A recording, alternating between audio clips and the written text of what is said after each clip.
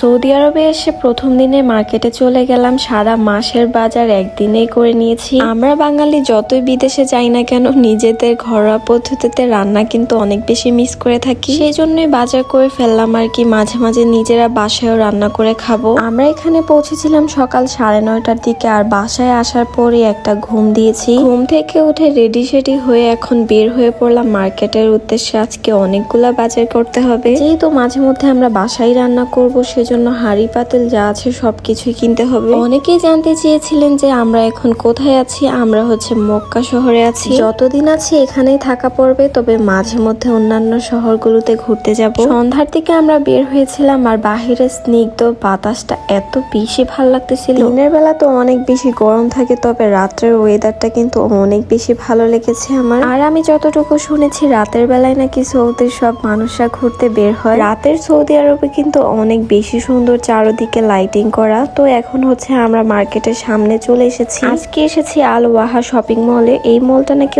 অনেক বেশি বড়, তো আমি তো তিনের মুখে শুনেছি, কারণ এর আগেও এখানে এসেছিল। তো আজকে ভিডিওটা সৌদি আরব থেকে কে কে দেখতেছেন অবশ্যই কমেন্ট করে জানাবেন, আর অন্যান্য জায়গা থেকে দেখে থাকলেও তা কমেন্ট করে জানিয়ে যাবেন। তো এখন হচ্ছে আমরা শপিং মলে ঢুকে পড়লাম, আর ঢোকার শুরুতেই দেখলাম যে এখানে একটা উটের ভাস্কর্য রাখা হয়েছে। বিষয়টা আমার কাছে সুন্দরই লেগেছে। তো এখন হচ্ছে আমি একটা ট্রলি নিয়ে বের হয়ে পড়লাম, যা যা লাগবে সবকিছু এখান থেকে নিয়ে নিব। আমাদের প্রয়োজনীয় অনেক জিনিসপত্র ছিল যেগুলা কিনা বাংলাদেশ থেকে আনা সম্ভব হয়নি, সেজন্য এখান থেকে কিনে নিয়েছি। আর এখান থেকে অনেকগুলা কাঁচা বাজারও করে নিয়েছি রান্না করার জন্য। এই শপিং মলটা বিশাল বড় ছিল, আর এখানে সকল ধরনের জিনিসপত্র পাওয়া যাচ্ছিল। বাচ্চাদের খেলনা থেকে শুরু করে হাঁড়ি পাতিল, যা যা আমাদের প্রয়োজন সবকিছু আমরা এখানে পেয়ে যাচ্ছিলাম। তো এখান থেকে হচ্ছে আমরা নন স্টিকের কুকার সেট গুলো দেখতেছিলাম। এগুলো অনেক বেশি সুন্দর ছিল, মানে এগুলা নিলে আমরা বাংলাদেশেও ফেরত নিয়ে যেতে পারবো, মানে একেবারেই কিনে নিচ্ছিলাম আর কি। আর এই কালারটা আমার অনেক বেশি পছন্দ হয়েছে। এখানে একটা মজার বিষয় হচ্ছে কি, এই যে বক্সটা আমি নিলাম, এই বক্সটা কিন্তু সম্পূর্ণ খালি ছিল। এটার ভিতরে কোনো কুকার সেট ছিলই না। মানে আমি এত বোকা, খালি বক্স নিয়ে এসেছি টাকা দিয়ে,